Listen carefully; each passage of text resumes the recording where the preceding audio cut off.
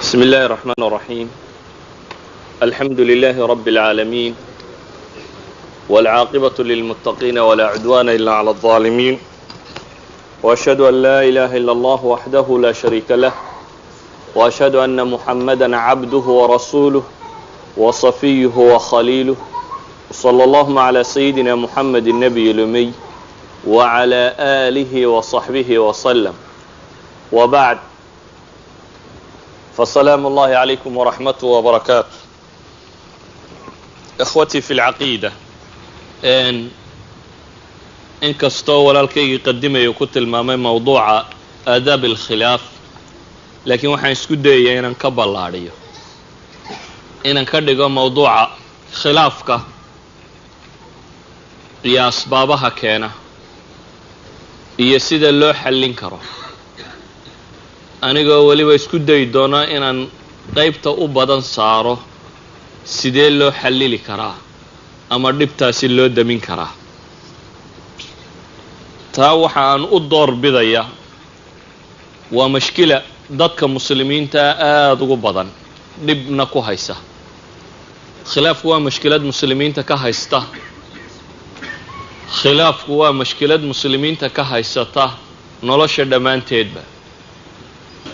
khilaafku waa mashkilad muslimiinta ka haysata nolosha dhammaanteed. waa dhibaatooyinka ugu waaweyne maanta aad mooddo inay astaan u tahayba dadka muslimiinta meel kastoo isugu yimaadaan, diin ahaan, dhaqan ahaan, dad ahaan, wax walba waxaad mooddaa in khilaaf la geliyo wakhtiyadan dambe. waxaan jeclay mawduucaasi inaan guud maro qaybo ka midana aan isku dayo markaasi inaan xal u raadin karno. ugu horreyn waxaan leenahay inay dadku kala nooc noqdaan, oo bini aadamku uu kala ra'yi noqdaa, oo uu kala midaba noqdaa, oo uu kala wejiye ahaadaa, oo cuquushoodu ay kala badnaataa, oo siday wax u fahmayaan kala jaad noqotaa, oo midabadoodu uu kala nooc noqdaa. waa wax ka mid ah ilaahay aayaadkiisa marka hore. wa min aayaatihi khalqu الsamaawaati wاlard waاkhtilaafu alsinatikum waalwaanikum ina fii dalika laaayaati lilcaalamiin. waa wax baynu leenahay sida wejigeennu u kala gedisan yahay ayay maskaxdeennu u kala gedisantahay.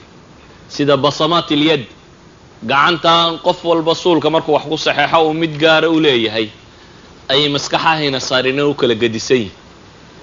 idan inaynu kobi isu noqonno, yacni qof qura inuu dadku wada noqdaa, iyadu waa hayru macquul. ilaahay baana ugu talagalay subxaanahu wa tacaala inay saatan u kala gedisnaadaan. weliba waxaan leenahay ha kala gedisnaatee isku wada garaad maaha, isku in wax kama wada aragto. ilaahay baana qur-aanka ku leh wakhuliqa alinsaanu daciifa, dacfi ayaa dadkao dhan iskaga wada jira. waxaan kaloo leenahay ilaahay baa ballan qaaday subxaanahu wa tacaala hadduu doonayo dadkan iyo noloshan iyo waxan oo dhan mid qura inuu ka dhigo, laakiin inuu u doortay inay sida tan ahaadaan. walow shaaa rabbuk lajacala annaasa ummatan waaxida walaa yazaaluuna mukhtalifiin ilaa man raxima rabbuk walidaalika khalaqahum. ilaahay baa wuxuu leeyahy subxaanahu wa tacaala hadduu ilaahay doonayo dadkoo dhan wuxuu ka yeeli lahaa ummatan waaxida, nooc keliya alla ka dhigi lahaa. laakiin ilaahay baa wuxuu leeyahy walaa yazaaluuna mukhtalifiin, kama zuulayaan inay kuwa iskhilaafsan ahaadaan inta uu alla u naxariistay mooyaane. in iyadu naxariis heshay oo naxariista xagga alle ka timaada ee ilaahay qur-aanka ku leeyahy wamaa arsalnaaka ilaa raxmatan lilcaalamiin, naxariistaasi inta hesho mooyaane inta kale saas bay isu khilaafsanaanaysaa. ilaahay baane walidaalika khalaqahum. waxaan leenahay waa wax caadiya marka hore in dadku waxyaabaha qaar ku kala gedisan yihin, bal ee adiga iyo aragtidaad shalay rumaysnayd berri inaad rumaysnaan baa la arkaa. talooyinku siday shalay kuula muuqdeen maanta marka macluumaadkaagu kordhaan ama aragtidaadu korodho, sidaad shalay wax u arkaysay inaad u arag baa la rabaa, ayaa dhacda. laakiin khilaafku waa laba nooc, ama waxyaabaha dunida yaal iyo bini aadamku laba qaab buu u fakeraa. dadku inta badan wuxuu iskhilaafsan yahay markaan xaqiiqada lahaynin. xaqiiqadu markay maqan tahay ayaa mutuhisku jooga. hadday xaqiiqadu joogto mutuhisku wuu dhammaadaa. maalan scienceska waxyaabaana iyagu inoogu bixiyeen natural sciences, nature-na ma jira, ilahay unbaa abuuro makhluuqaadkiisii. pure scienceska waxaa la yidhaha maalan dadku isku waafaqsan yihi, aragti ma kala leh. masalada cilmiga ee scienceska hadduu buudi soo helo iyo hadduu kristan soo helo iyo hadduu muslim soo helo waa tii uun, waa qaacida waaxida. waayo laab baa la geeyaa, dabeetana waa la tajribeeyaa, dabeetana xaqiiqadaa caddaata. xaqiiqadu markay caddaatana waa iskaga mid xaqiiqadan qofkii caddeeyey inuu kristan ahaa iyo inuu muslim ahaa iyo inuu buudis ahaa. saa daraaddeed bini aadamku scienceska waxay u yaqaaneen iskuma khilaafo, ama natural scienceska, laakiin waxaa artka la yidhahdo isku khilaafa, ama human scienceska waxay yidhahdaan alculuum alinsaniya. human scienceku ma aha scienceska bini aadamku shaqale, waxa weeyaan scienceska caqliga bini aadamka loo tiiriyo isagoo asalka u yihi. waa falsafad, waa dhaqaale, waa siyaasad, waa maamul, waa aragtiyo, waa dhaqan, waa tarbiyad. waxaasoo dhan bini aadamku isku kala gedisan yihi, waayo xaqiiqadiisa aan caddayn. dabeetana qoloba ra'yay ka dhiibatay, qoloba sibay ula muuqatay, qoloba sida ula muuqatuunbay taagan tahay. laakiin waxaan leenahay waa min raxmat illaahi caza wajal waxaa ka mid ah inaanu bini aadamka ku daynin kala fogaanta ay kala fog yihiin ama kala aragtida yihiine inuu u soo diray rasuul muxameda calayhi salaatu wasalaam oo uu diinta xaqaa ugu soo diray si uu u kala caddeeyo fiima ikhtalafuu fiih. waxay dadku isku hayaan, rusushuba waxay u timaadaa inay kala caddaysa maxay fiima ikhtalafa annaas. waxaanaan dadku ra'yiga isugu keenaynin ayay rusushu u timaadaa inay usuul keento lagu kala baxo. haddaba intaanan taa u gudbin waxaan guud marayaa masaa'il had iyo goor culammadu ay tilmaamto a wada taqaaniin. khilaafku bay culammadu yidhahaan guud ahaan waa 3 nooc. midi waa khilaaf ammaan ah, in la iskhilaafo ay sax tahay, oo waa ka uu xaqu yeedhiyo ee looga dan leeya in xaqa lagu sugo oo baatilka lagu dumiyo, sida khilaafka u dhexeeya mushrikiinta iyo dadka mu'miniinta ah, ama mu'miniinta iyo ahlu kitaabka iyo ahlu bidaca iyo ahlu fusuuq iyo waxaasoo dhan. waayo qolana xaq bay taagantay, qolana baatil bay taagantay. inaan lagu dayanin ama loo ekaanin gaaladoo dhan khilaafka ah, in gaalada la khilaafo iyo waxeedu muctaqidaadki iyo afkaarti iyo waxaas kaas isagu waa xaq. mid kalena culammadu ay ku daraana waxay dhahdaan alkhilaaf takhsiibi, waxay ku tilmaamaan khilaafka wax dhalinaya. yacni waxa weeyaan shuuraynu qabsanay, qof markuu muse yidhaahdo haddii aniga waxaa si ka gedisan aan arkaya inaan na soo bandhigo si ra'yigu u bislaado, qofba qadiyadda uu dhan ka eego dabeetana aynu u gaadhi karno ra'yi bisaylo aynu gaadhi karno, isna maaha ka dembiga. kuwaasoo dhammi waa macquul. khilaafka mid ka midii waa madmuum bay yidhahdaana waa mid xun. waa wixii ay hawada naftu yeedhiso. alhawa hawa nafs, waxay dhahaan hawadu waa marad nafsiya oo licadam alikhlaas uu keenay, ikhlaas la-aan baa keentay. kaasi inta badan sharaa'icdiiya waxaasoo dhan wuu khilaafsan yihi. waa dan qof uu rabo inuu dadkan u khilaafo, dantiisa inuu gaadho daraaddeed. waa khilaafkay tafriiqiga ku sheegaan, isna waa madmuum.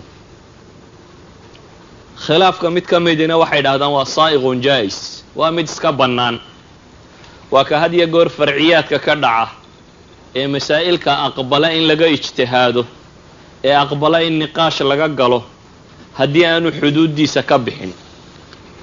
waxaan leenahay kan u dambeeya isaga haddaan iska soo koobo waa mid jaa'isa ayay culammadu ku tilmaamaan. waxa isweydiinta leh maxaa keena in la iskhilaafo? in la iskhilaafo maxaa keena? ashyaa tiro badan baa la sheegaa, culammaduna qadiiman wa xadiidan wax badan baa laga qoray. gaar ahaan fuqahada muslimiintu waxay ka mid yihiin dadka ugu badan ee soo bandhiga asbaabta khilaaf keeni karta, gaar ahaan alkhilaaf bayna ala'imma alaclaam, culamada waaweyn waxyaabahay ku kala ra'yiyiin laakiin mas'alada had iyo goor culamada isku qabtaan iyada waxaan u celin karaa shay waaxid oo ah waa duruuf almacluuma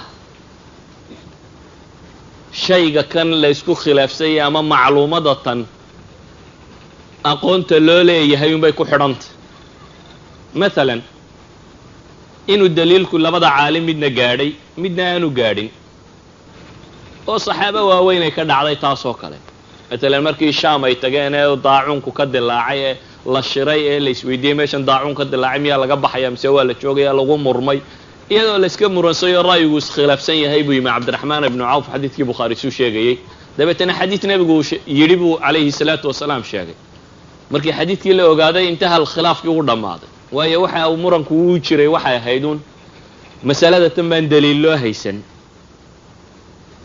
waxaa ka mid a maalan ra'yi maalan caliy ibn abi aalib iyo ibn cabaas iyo masaladan atwalulajalaynka ay yidhaahdaan ay iyagu ra'yiga ka qabeen laakiin xadiidu subayciya uu isna sheegaya caddaynayo ra'yiga saxihi ku yahay yacni waan iska soo koobaya kuwaasoo mar rabo inaan idinku sii badiyo waxaa ka mida baan odhan karnaa in riwaayadda tan ama xadiidkan ama masaladan la deliishanayo midna agtiisa uu ku sugmay midna agtiisa aanu ku sugmin maalan qisadii faatimata bintu qays gabadha saddex lagu furaa inay sukno leedahay iyo inaanay lahayn cumarna sida qabay gabadha tani ay sheegtay ra'yigii cumar mid ka gedisan iyadoo weliba soo naqlinaysa inuu nebigu xukumay calayhi salaatu wasalaam ee cumar uu isna ku adkaysanaya anigu ra'yi gabadheed uga tegi maayo isagoo ixtimaal ah gabadhan inay waxilowday ama aanay si fiican wax u garanay ama caynkaasi oo cumar warkaya gabadha talaaqa saddexdaa lagu furay inay nafaqa iyo leedahay maxay ana laha nafaqa wa sukna laakiin xadiidka islaantani faatimata bintu qays u khilaafsanaa waa inaanay nafaqa iyo sukna toona lahayn maalan waxaa dhici karta khilaafku inuu yahay lafdigan ku soo arooray xadiidka ama qur-aan ku soo arooray oo sidii loo sharxayay ama loo macnaynayay culammadu ay aragti kala gedisan ka yeelatay yacni muraadkii uu alle ka lahaa subxaana wa tacaala aan isku si looga fahmin aw laamastum nisaaga wada taqaanin oo kale masalada waysada ku saabsanay ama nebigu calayhi salaatu wasalaam xadiidku laa yusalliyanna axad alcasra ilaa fi bani qurayda waa alfaad waadix oo nebiga ka sugnaatay calayhi salaatu wasalaam saxaabada markuu yidhi qofna yuu salaad tukanin maanta casar ilaa iyo inta laga gaadhayo bani qurayda oo lagu duulayay mooyaane dhexda markii la marayay bay salaada qiiro gashay raggii badh waxay dhahan waa tukanaynaa badhna waxay dhahan war waa iska soconaynaa qola waxay dhahan waa tukanaynaa iyo waxay dhaheen nebigu calayhi salaatu wasalaam weedhanaha yaan la tukanin casar in halkaa la gaadho dan kale nebigu kamuu lahayne degdegayuunbuu lahaa ee salaadu waktigu waa waktigeediiyo lama bedelin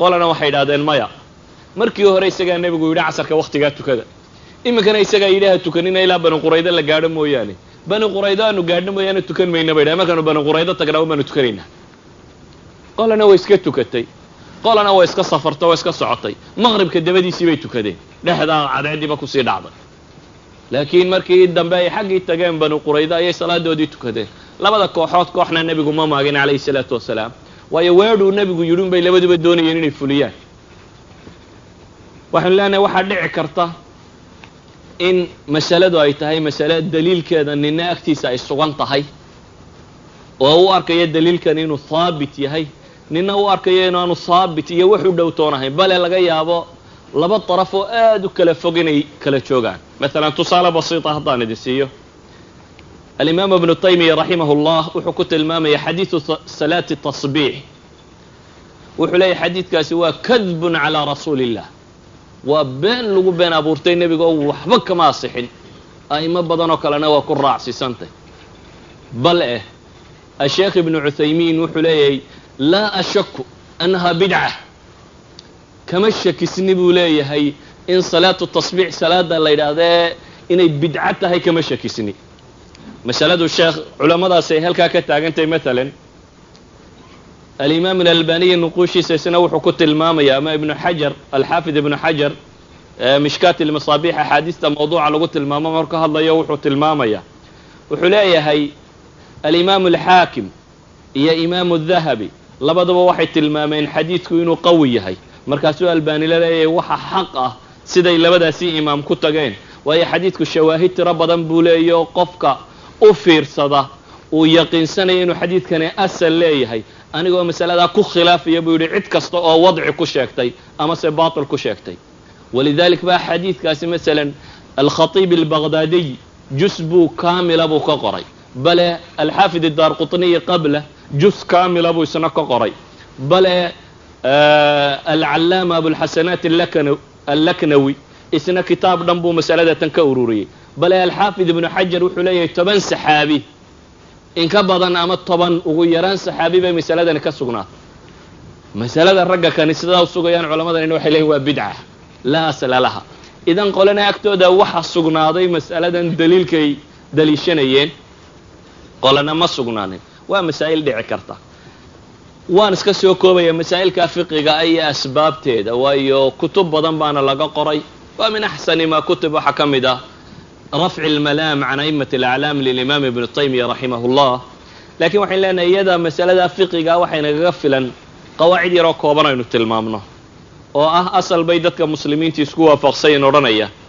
iimaanka xaqa ahi iyo wal-i'tisaam bi diin illah inuu dadka waajib ku yahay uu yahayna waxa hanuuninaya dadka khilaafkooda yareynaya fa in aamanu bimithli ma aamantum bih faqad ihtadaw ba ilaahi wa in tawallaw fa inma hum fi shiqaq wa in alladhina ikhtalafu fi alkitabi la fi shiqaqin ba'id shariicada oo laga tagaayadu ayaa khilaafka badan iyo masaa'ibta oo dhamay ka timaada shayga labaad ee qaacidada ay isku waafaqsan dadka muslimiinta iyo wuxuu yeesna diinta tan inay dhammaystiran tahay alla subhanahu wa ta'ala inuu dhammaystiray khilaafka culimadu wax isku khilaafaan macnaheedu inaanu marnaba ahayn diintii in badlumay ama nuqsaan inay ku jirto ama caynka kan ee inuu yahay un dadka badho daliilku uu cadaan waayo ama si fiican wax u fahmi waayo laakiin diintu inay kaamil totaal shayga saddexaad aan tilmaamayna waxa weeyaan inaanu jirin imaam a'imada muslimiinta kamida ee maqbuuliinta ah ee cilmiga lahaa ee cilmigooda kalsoonida lagu qabay diintooda amaanada lagu qabay cid u qasdida in ilaahay iyo rasuulkiisa khilaafta inaanay ku jirin ee uu ka imanayay mas'ala kasto ay kitaab iyo sunna ku khilaafaan wa khuliqa al-insanu daciifa ay ka imanayay khata'una ku dhaceen inay noqonaysay isla markaa qaacidada kale taala waxa ay mar kasto oo mid kamida sababtu ay u cadaato ama masalada gafkeedu uu cadaadaba waxay ahaayeen kuwa xaq u soo noqda sidoo imaam shaafici uu ku tilmaamayay waxaan wali qof lamaan doodin buu yiri ilaa iyo waxaan jeclaysan jiray in ilaahay isaga carabkiisa xaq ku muujiyo isagu inuu xaq carabkiisa ku muujiyo taas waa masaa'il iska caama oo fi baab al-fiqh laga yaabo inay ku saabsan tahay laakiin iyadaan rabay inay iska guud maro waxaan jeclay inaan in badan ka warramo ama si aan tilmaamo al-asbaab al-'amma lil-khilaf dhamaantii waxa laga yaabaa masaa'ilka ugu badan inaan isku haynaaba inaanay fiqh ba ahayn sababtan weyne keenta inta badan dadku inuu iskhilaafo kow waxa keena dadka in barjahli badan ku sugan yihiin ilaahay baa quraanka wuxuu ku tilmaamay isagoo ahlu kitaabka inooga waramaya fanasuu hadda mimma dhukiru bih faghrayna baynahum al-'adawata wal-baghdaa'a ila yawm al-qiyamah koox baa ilaahay ka waramo alle wuxuu leeyay wixii la faray qayb kamida bay ka tageen jahli baa ku dhacay dabeetana ilaahay wuxuu leeyay waxaanu ku itixaan cadaawo iyo uurxumo iyo iskhilaaf baa lagu itixaam qofku hadduu mas'ala jaahil ka yahay indhuhu ka ridaawndi soocanka ma qofku haddaanu mas'ala garanaynin inta badan xukumka ka yimaada gaf buu isaga dhaca walidaalika baa ilaahay wuxuu tilmaamayaa للفقراء الذين أحصروا في سبيل الله لا يستطيعون ضربا في الأرض يحسبهم الجاهل أغنياء من التعفف تعرفهم بسيماهم لا يسألون الناس إلحافا dadkii sadaqaadka la siinay ilaahay markuu waramay baa waxa uu alla leeyay waxa kuwa kamida dadka faqarada ee masaakiinta ah kuwaas oo aan shaqaysan karaynin dhibaato haysato laakiin ilaahay wuxuu ku tilmaamayaa yaxsabuhumul jaahilu aghniya wax ma garatadu waxay moodaysaa baa alla yiri inay qani yihiin sababtu waa maxay way dhowrsoon yihiin laakiin dadka il dheer garatada ahi waxa ay ku garanayaan calaamaadka kale ee ka muuqda dadka kan سيدراديد جاهلكو هذه يقول أحكامته كسوف شاينا قلط ودعضا إلهي تلمامية. ولذلك النبي عليه الصلاة والسلام من علامات الساعة وحكوت المامية إني علمك كان وقال فايدي الدونان علماء انت يدمته أي سوهر الدونان ضد بدنا وحمقرطاه oo dadku dabeetana ay yeelan doonaan ru'uusan juhala xadiiskii Bukhari soo sheegay madaxaan waxba garanaynin dabeetana inta wax la weydiiyo dadka isaga fatwoon doona oo iyana lumaya dadkana luminaya idan jahligu koow waa sabab kamida waxyaabaha dadku inay tafarruq ku dhaco ummad tafarruqeedu tiro badan yahay hadaad aragto macnaheedu waxa weeyaan jahla haysta shayga labaad waa iyadoo dadka badana gaar ay iska wataan oo xaq iyo xaqiiqada ay u khilaafayaan oraayta man ittakhadha ilaahu hawaa ku ilaahay ku tilmaamay subhanahu wa ta'ala shayga saddexaad waana sida ay inta badan sameeyaan ahlu bid'a iyo wixii la nooc walidalik ba mubtadicada inta badan culimadu ahlu lahwaa ay ku tilmaamaan shayga saddexaad wuxuu yahay taasubka waxa loo yaqaan qofku intuu cid uun ra'yigiisa iska qaato u arko cidaas inay 100% sax tahay ama dhaqan hore ay haysatay iyo caado iyo wuxuu din gaar ah ahaado ama nin caalimo kula weyn ha ahaado ضعفigu sidiisubana waa farcun can iddiaa al-isma baydada taasubku waa farc baydadaan can iddiaa al-isma waa adigoo la magafo marka tiraado ma markasta ana xaq ku taagan waa magafo macnaheedu ولذلك بقى إلهي وحكو صفيني إنه عصمة ضدك شاكتين إنه خصالك أهل كتابك اللغو يقانني تياني كميدة هين خصالك اللغو يقانن ضدك مؤمنين تا وإذا قيل لهم آمنوا بما أنزل الله قالوا نؤمن بما أنزل علينا ويكفرون بما وراءه وهو الحق مصدقا لما معهم أهل كتابك إلهي وحلي هدي الله يدهضه رمية وحا ألا سودة وحا يرانيا وحا الرمينة وحي أنا قلنا لقو سودة وحي كدن بينا وكا قالوا بيان بالليلة حتى هدو حقي هاي قفك مؤمن كاهي ما ايغو قفك لكن وحو ايغا وحو شيغيو ولذلك بقى أبو هريرة شنبا هبين كي تمرتيسا كده حدي شري أبو هريرة سد هبين بقبطي هبين كي ودن بيه مركو دقايب وحو يدي ورنيا هبين كستاو السيدة يو عبدا هبين كي دن بوحو ورنيا وين علمي ينكو شيغي علمiga qaado iska kaysiida bal sheeg baa la yiri cilmiga dooda wuxuu yiri hadaad ayad kursiga akhrido jin dambe balaayad oo dhan waa laga xijaabaya shaydaan dambe ku boobi kari maayo uu iska siiday nabigu kaleeyhi salaatu wasalaam xadiidka wuxuu ku tilmaamay sadaqaka wa huwa kadhub markan runbu ku sheegay buu nabigu yiri isagoo beenala yani hatta واحد من الجن ابو هريره علمي ka qaadanay oo wuxuu sheegay khuraafaha laakiin markan maadaama uu xaqaha حق ومال كستو جوجو قفك مؤمن كي وقاطع waxay leenahay khilaafku wuu tirabadni diisina xadaad u mushkilad abu noqday anigoo eegaya in aad u daalantiin ayaan intaas oo dhan muqaddamo yaro kooban ka dhigaya laakiin waxaan jeclay inaan u guda gallo see loo xalilaa waliba gaar ahaan inagu markaynu Soomaalinahay dhibtaa waynu taabata haday wadankii tay هداي أبناء الصحوتي هذا واحد مدادات كبينان قف كلا صعن ومشكلة قائمة في كل مجتمعاتنا قبيل ليسو خلافي سياسات ليسو خلافي دين ليسو خلافي نوع كستبا خلاف وتربطي ومسألة رنتي وأباهن إنينو إن بدن المام سينو ومسألة حلقو آنو فضودين إلا يعدو الله فضيدين مويان بل وحن دريمي حتى sida ضعفigu xalaantu Soomaalida halkay ka joogto mas'alada saddex midun bay ka yaqaanaan hatta muslim badanina uu la qabo hadaynu maanta masaajidkan ku muranno halkaynu naqaana waa saddex midun inaynu istillo barinta la torriyeeyay laga saaro masaajidka isagoo dhiig u daayo way dhacdaa dadka badba halka sida bidaya hadaynu isma qabanno wala halka waxay bidaa inaynu isashtakayno oo kuwa hore yara dhaamaano waxay dhahay waxba yeena istilay laakiin loo yarray inaynu wax soo qabanno iyo maxkamada iyo gaalada ay soo tagno oo maanta dhan isashtakayno kuwa ugu niyada san le waxay sameeyaan ma taqaana waxay dhaadaan nimanka la heshiin meeyno waxba la yeelan meeyne ha qaataan masaajidka halkaas inuu mid kale ka jeexanayna inagee waa kuwa ugu niyada fiican leh yani inana kooda ha haystaane halkaas inuu mid kale ka jeexanayna inagee waa halka qura yaqaan laakiin waxaas midna xal maaha waxa habboon inaynu in badan ka fakarno see wax loo xallili karaa. haddii aynan si fiican u fahmin sida wax loo xallili karo waa dhib runtii aad u tiro badan oo weligeedna ina haysan karaysa. walidalik ayaa waxaan leenahay laba dariiqo oo wax lagu xallila baa jira inta badan, laakiin mid waliba dariiq bay raacdaa. qola waa dariiqada reer galbeedka. nimanka reer galbeedka la yidhaahdaa ma waxaad u malaynaysaa inay iswaafaqsan yihiin? maya, oo caalam individualista, kullu shay way isku khilaafsan yihiin.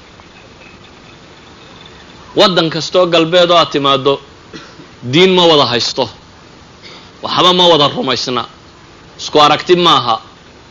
qaar waa yamiin midig mutaطarifiina, qaar waa bidix mutaطarifiina, qaar waa meel dhexdhexaad. diinta kuma midaysna, qaar ilaahba ma rumaysna, qaar kristan bay rumaysan yihin, qaar wax kaley rumaysan yihin. dhaqan kuma midaysna oo waxa laga yaabaa inay ajnaas kala nooco tiro badan leeyihiin. haddana waxaad moodaa burburkoodu ilaa xad inay xakameeyeen. waa maxay sababtu? hunaaka shay waxiid, waxay heleen iyaga aragtidooda qaab khilaafka loo xakamayn karo. qaab khilaafka loo xakamayn karo. qaabka khilaafka loo xakamayn kara ay heleen waxyi uma soo degin, laakiin can ariiqi tajriba bay ku heleen. way isku soo jabeen, intaas oo jeer bay isdileen oo isgumaysteen, laakiin way socon weyde.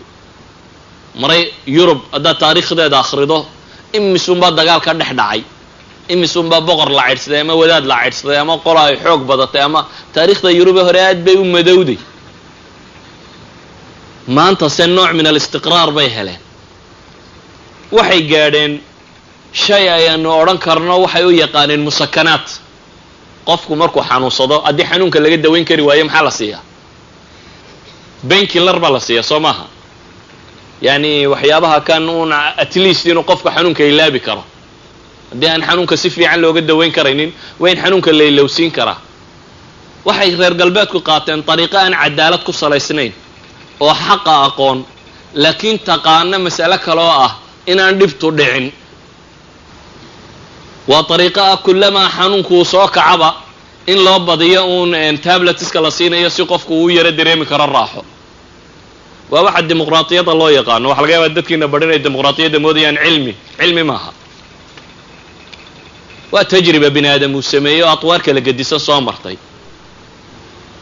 waxay gaadheen xad ah dimuqraatiyadda tan waxaan ay leedahay oo baarlamaan ah oo intikhaaba oo quwa xorriyat aliclaama oo miidiya ah oo waxaan oo dhami waa shay waaxid. waxa weeyaan heshiin weyne saynu u kala baxnaa bay yidhahdeen reer galbeed. waar heshiin weyne saynu u kala baxnaa. waxa la yidhi ninkii 50% halunbaa tiisaqa ayay soconaysaa. wantaha alamr. waxay gaadheen go-aan odhanaya si kale ku kala bixi weyne, diin iskuma waafaqsanin, waxba maxaynu ku kala baxnaa?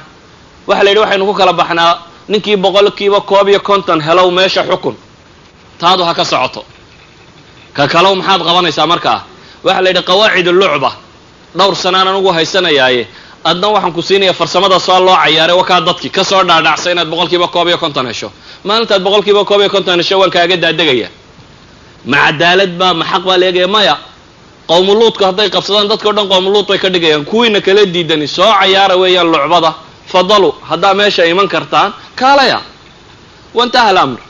idan waxay gaadheen aragti odhanaysa waar dilkan iyo waxa kan ku kala macaashi weyno kala xoog badan weynaye aynu waxayna kan ku xallilano. xaq iyo baatilku haddii la yidhaho shay xaq iyo baatil had loo eego waa in miisaan jira. haddaanu miisaan jirin ma xaq iyo baatil ma soconayo.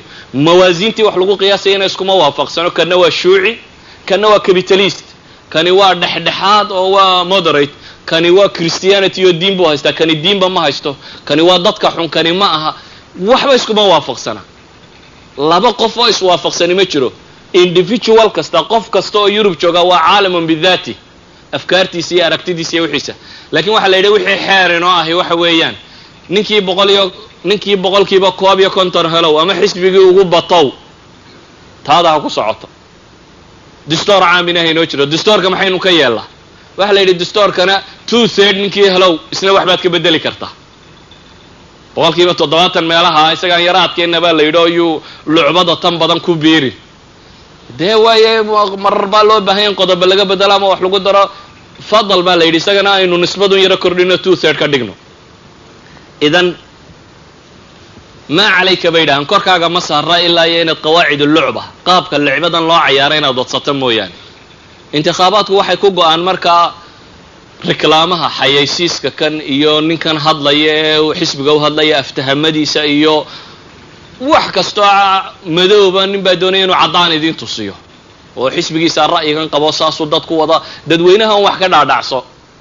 maalintaa dadweynaha is tidhahdaa layleehay caqligoodii xaggaagaad u shubtay, eega un waxay kuugu ridaan baa la yidhi. si fursaddaa nin walbana loo siiyana sanawaadka ha la yareeyo. 4 sanaad meesha fuushanaanaysa ama 5 sano, 5 sano kadibna mar kale ha la isugu rido. waa dariiqa lagu kala bixi karo oo ay ku kala baxeen. dariiqo kalea jirta oo ah dariiqa alislaamiya. iyada ta saddexaad ka hadli maayo, waa dariiqada dictatorka ee anaa idin haynaya intiina kale maa uriikum ilaa maa ara. iyadu waa tii fircawn, waxaan arka mooyaane cid kale wax ma arki karto. iyadu waa nidaamkii fircawn. marka taa iyada inaga reeb. dariiqo kalea jirto oo ah dariiqada islaamku uu yaqaano, oo iyadu sheegaysa thawaabit inay jirayso, wax sugan oo dadku miisaan u ah, oo uu dadku ku noqon karo, oo ku qiimayn karo, oo iyana qaab loo kala baxa leh. intaanan markaa taa sharxin, muslimiinta dhibta ugu badan ee maanta haysata aniga aragtidayda waxay ku salaysantahay labadan dariiqo aan sheegaya midna ma aaminsana. labadan midna ma aaminsana. maaha dad diin beelay oo le ninkii uun qawaacid lucba dimuqraatiya badiya ha sheego. bale inaga haddaynu soomaalinay matala haddaynu idhaahno aan qawaacid lucba dimuqraatiya qaadanno, xataa inaynu reeraheenna tiradooda run ka sheegno ma ogolin. nin walba reerkooda soomaali ugu badan. saa daraaddeed yacni qaab aynu isku waafaqaynaa ma jiro. muslimiinta badan ee caalamu thaalidka ka jirtaa waxa weeyaan fikradday qaateen westernku may qaadan, waa mid. tii islaamkana may qaadan, waa laba. maxaa la qaatay markaa? waa mudabdabiina bayna dalik, laa ilaa haaulaa'i walaa ilaa haaulaa. idan dee la heli maayo deganaanshiyo. deganaanshiyo ma dhacayo. ma ihi anigu min ducaati dimuqraatiya oo nin idinku yeedhaya dimuqrasi qaata ama kan qaata. laakiin waxaan tilmaamayaa waxyaabaha koowaad ee keenay inuu degi waayo muslimku oo wax isku waafiqi waayo oo wax xallilan kari waayo. waxa ka mid a baynu leenahay may qaadanin duruqda lagu xallilo khilaafka, iyadoo la ogyahay in la iskhilaafayana. soomaalidu maxay ku mahmaahdaa? maan rag bay idhaahdaan.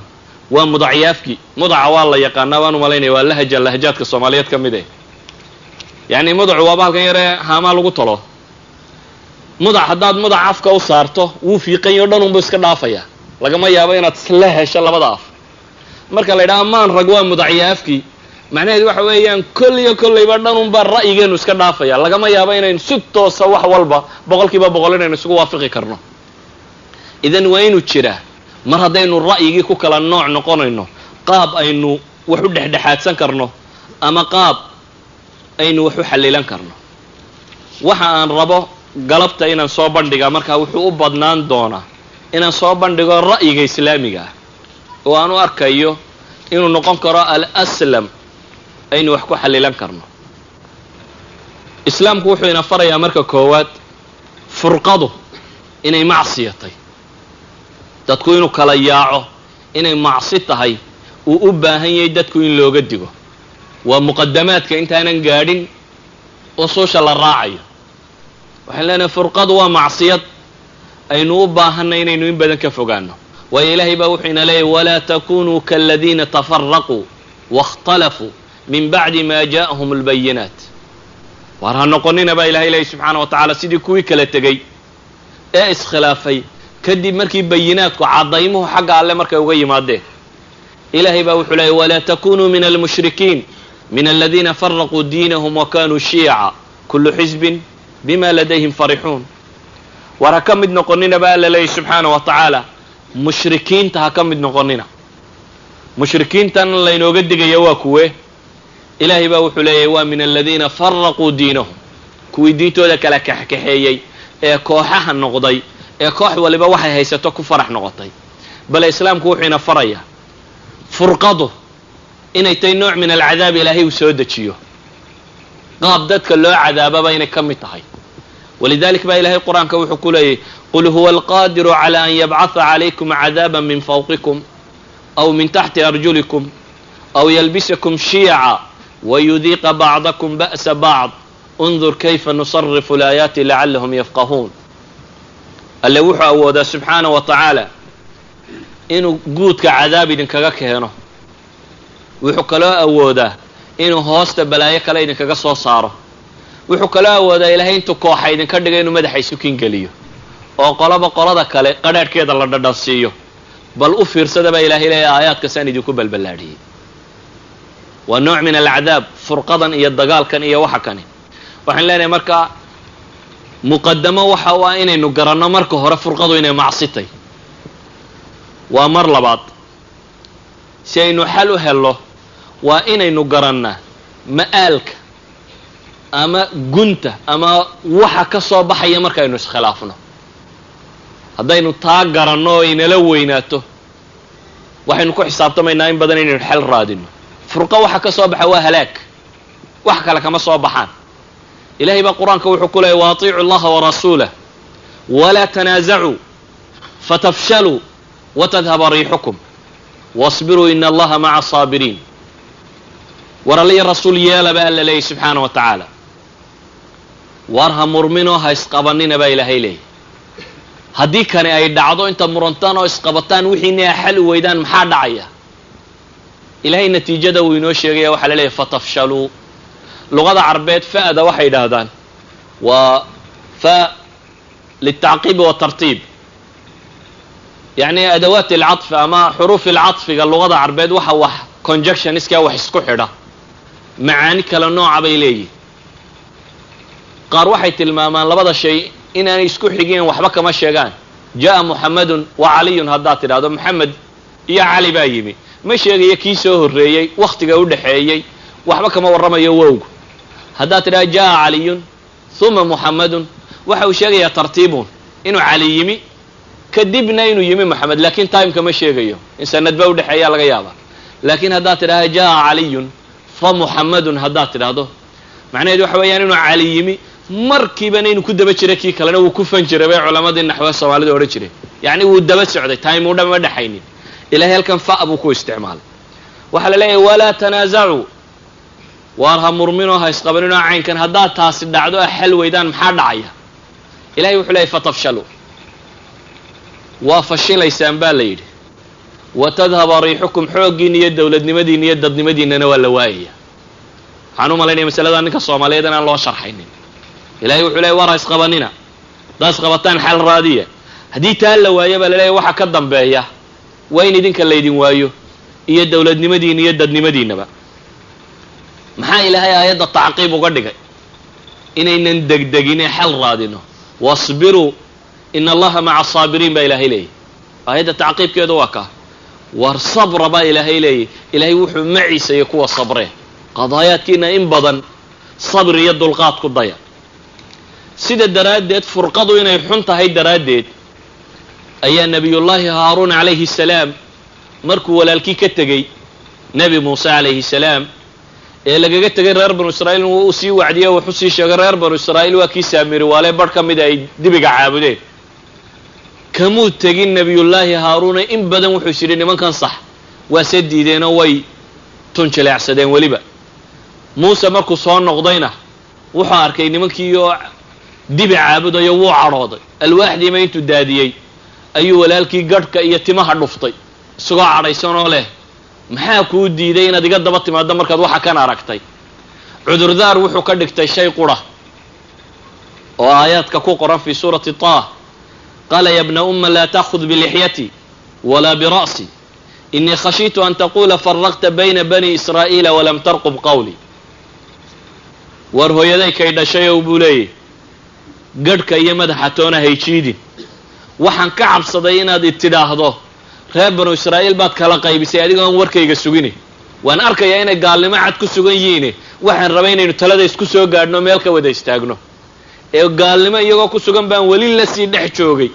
anigoo ka cabsanayay inaad hadhow igu eedayso tiraahdo inna khashiita an taqula farraqta bayna bani israa'iila walam tarqub qawli sida daraaddeed furqadu xalkeeda waxaa ka mid ah inaad garatid hadday timaado waxa ka dambaynaya wuxuu yahay haddaynu xal weyno inaan waxaana inaga dhexeeyaa jiraynina waxa ka dambaynaya uu halaag yahay in suuraddaasi kuu cadday waayo suuraddaasi hadday maskaxdaada ku cadday inaad xal raadisaa baad ka doorbidaysaa walihaada sabab ayaa waxaynu leenahay furqadu maadaama uu halaag yahay iyo dad in la gumaysan karo ayaa qur-aanku wuxuu ina baraya inay tahay falsafada siyaasadeed ee uu adeegsado ku kasta oo raba inuu dad gumaysto waxaynu waqtiyada tan maqlaa dad yidhahdo siyaasadda ingiriiska maxay ahaan jirtay divide and rule baynu maqlaa qaybi oo xukun laakiin maaha siyaasadu ingiriisku keenay waa siyaasaddii fircawn uu lahaa waa madhabu fircawn fi siyaasa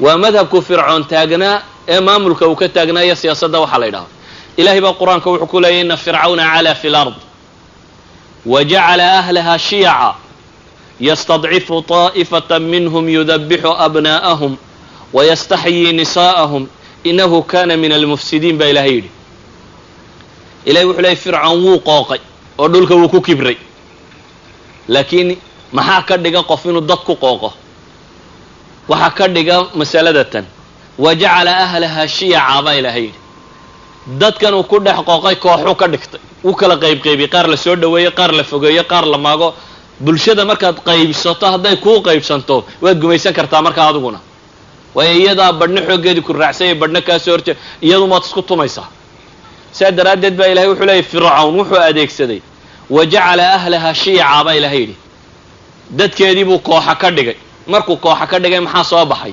yastadcifu طaa'ifatan minhum baa ilahay yidhi koox ka miduu markaa gumaystay markuu dadkii qaybqaybiye isku ogaaday qaybi in isaga la jirto ayuu qaybtii reer banu israa'iil ahaa gumaystay oo uu ku xukumay gumaysi kii u fool xumaayo ah reer dhan inuu yidhaahdo rag ma dhashaan wixii wiil ka dhashay hala dilo dumarkuuna ha loo daayo xukumkiisina kaasuu noqday uu reerka ku gumaystay idan xataa isticmaarku ma suurtagalaha inuu gumaysi dad gumaysto ilaa iyo inuu dadka qaybiyo mooyaane ummadda midda ahi ma aha ummad la gumaysan karo islaamkuna walidalik buu dadka muslimiinta wuxuu ugu yeedhayaa inay noqdaan ka mathali ljasadi alwaaxid jidh qura inay isku noqdaan waayo laga xoog badan kari maayo markaa laakiin inta ay kala fog yihiin way dhacaysaa falsafadaasi uu fircoon fahmay ayaa waskuna fahmay reer galbeedkuna taas buu gartay dabeetana wuxuu gartay inuu dadka qaybiyo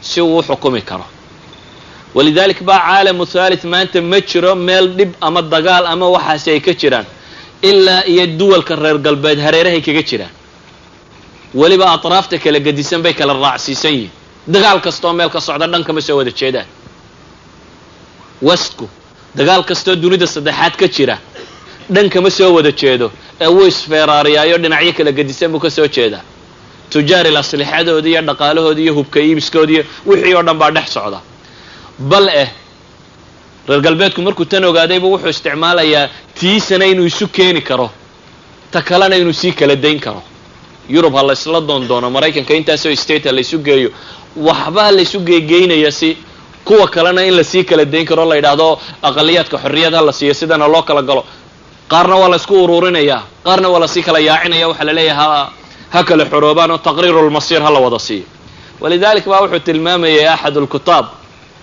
ayaa wuxuu leeyahay caasimadaha muslimiinta mid ka mid aan ku arkay buu yihi nin maraykan ah waa nin mabaaxijta maraykanka ka tirsanaan jiray waa nin takhasusaadkiisii akademiga ee cilmiga ahaa wuxuu ku qaatay xarakadan muslimiinta alakhwaan almuslimiin la yidhaahdo ayuu buug ka qoro uu ku qaatay takhasuskiisii waa richard michel baan ku arkay unbuu yidhi caasimad ka mid a caasimadahan carbeed maraya dabeetana waan la yaabo oo aan dawladdiiyo ciidamo ogeyn waxaan ku yidhi bu yidhi war maxaad meesha ka qabanaysaa wuxuu igu yidhi bu yidhi waxaan u imi inaan daraaseeyo khilaafaadkan xarakaadka islaamiga u dhexeeya isweydiiyo richard michel muxuu ka baranayaa muxuu ka rabaa wuu baranayaa si uu adeegsado khilaafaadka ka dhaxeeya inuu buunbuunin karo, ku kala kaxayn karo, isku dili karo, iri karo, wuxuu doonaa u ka samayn karo. yani ilaa xad baa loo samaystay maraakis dhan oo cilmiya oo baxhiya inay baadi doonaan furuuqda iyo waxa u dhexdhexeeya dadka muslimiinta iyo caalamka saddexaad. idan wasku wuxuu ogaaday inaan ummad colonization lagu samayn karin, la gumaysan karin ilaa iyo ummadda in la qaybimayo, laakiin ummad kasta oo la qaybiyo in loo gumaysan karo economically, socially, politically, everywhere, educationally, si walba in loo gumaysan karo. waxay yidhaahdaan culamada funuuntan ka warrama miqyaasyada ummadaha lagu qiyaaso waxaa ka mida bay yidhahdaan. haddaad aragta bay yidhaahdeen dad murankiisa xadayn kari waayey, waxaad ogaataa waa dad dhimanaya. waa cudurrada halista ee bulshooyinka ku dhaca ee sheega geeridoodii inay timi. saa daraaddeed bay waxay yidhahdeen haddaad aragto dad marka ay murmaan xadayn kari waaye murankooda oo qaabun u xallili kari waaya, waa ummad dhimanaysa bay yidhaahdaan. walidalik ba iyagu si aanay u dhiman waxay garteen inay miinisun sameeyaan, qaabun inay sameeyaan murankooda ay xal kaga gaadhi karaan, walow badhna ha la dulmiye.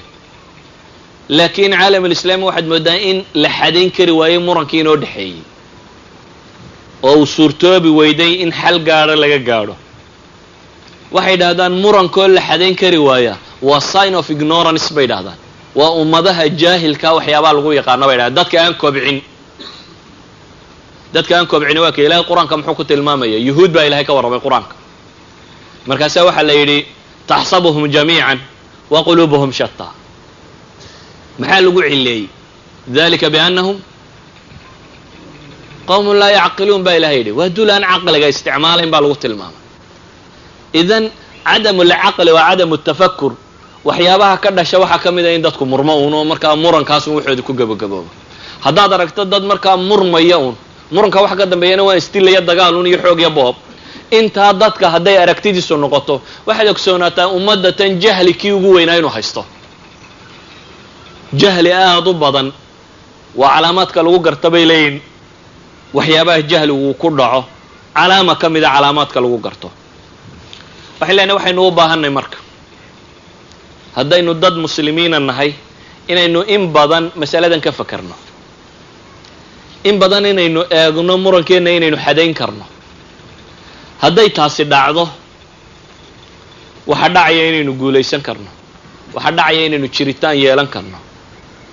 idan abnaa'i saxwa aw abnaa'i alxaraka alislaamiya waxay u baahan yihin inay xadayn karaan murankooda. qabaa'ilka soomaaliyeed waxay u baahan yihin murankooda inay xadayn karaan. siyaasiyiinta soomaaliyeed waxay u baahan yihin inay murankooda xadayn karaan. haddii taa la waayo waxa ka dambeeya an waa inaynu dunno. waa sababta aynu wax u wada yeelan kari weynay. maanta waxaa laga yaabaa waddan kastoo yurub ka mida inay soomaalidu filqantay. organisation inay dhistaan wuu fudud yihi. maalin intaan nin uun yimaado khayr qabi wuu isku ururin karaa. laakiin cabsi waxaan ka qabaa un bil kadib inuu dumayo. waayo waxaan lahaynin markaynu isqabanno si loo kala baxo. idan mar haddaanu jirin marka la isqabto si loo kala baxe uu yahay inaynu isdillo, inaynu ishashtakayno, iyo inaynu kala guurro oo nidhaano jaaliyadaas xun aynu isku qabannay waar mid kale halkaa inooga furo inuu noqdo. xalkaynu garanayna hadduu saddexdaa yahay waxba ma wada lahaan karno. ilaahayna qur-aanka wuxuu ku tilmaamaya ina kaiira min alkhulaطaa layabغi bacduhum calى bacd ila aladiina aamanuu waacmiluu الصaalixaat. dadka wax isku darsadaabaa ilaahay leeyahy, ama dadka isdhex gala inta badani way isku xadgudubtaa. waayo bini aadamkaa iska طamaaca, lama waayo qaab dadku isugu xadgudbo.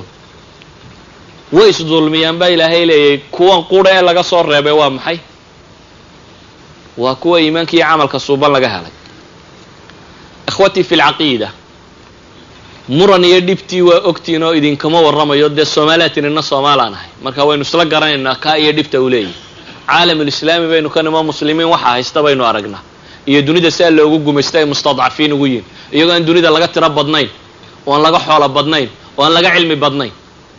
waa sheeko waxa dadka badha isugu sheekeeyaan. nawowi baa halkan lagu haystaa. within no time baa nawowi caalamulislaami lagu samayn karaa, within no time.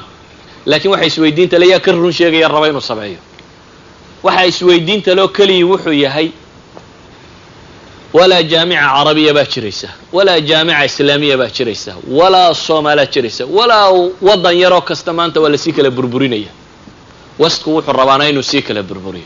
westku ma jecla dunida cid kaloo isu timaada, xataa indhayarka iyo kuwa aan diimo badan haysan inay isu yimaadaan westku wuu ilaalinaya, waayo dan isaga uguma jirto. laakiin iyagu waxay ku tala jiraan inay isu yimaadaan, iyagu waxay ku tala jiraan iyagoo kala afafa kala luqa kala diima waa ka Yurub oo la isku sii wadaa. waa loo sabray, ilaahay soo inalama ahaa wasbiru in allaha maca saabiriin soo lama laha. iyagoo khilaafaadka og hadday maanta ku heshiin waayaan waxay ku talagaleen inay sabraan 20 years 50 years. intay iminka socotay EEC-da Yurub ku taqaanay 5 dawladood baa bilaabay, maantana waa ogtiin inuu dhowr iyo 10 marayso. EU yaa bilaabay, in yar baa bilowday, maanta halkan baa maraya. Schengen yaa bilaabay, in yar baa bilaabay, maalinba mid waa loo weeltolayaa un dabeetana waxa lagu talagalayaa maalinba si mid loogu yeedhay uu soo gali lahaa ilaa iyo inta laga dhigayo inay mid noqon karaan. waa laga yaabaa mar in la yidhaahdo jamaarigta aan ka midowno.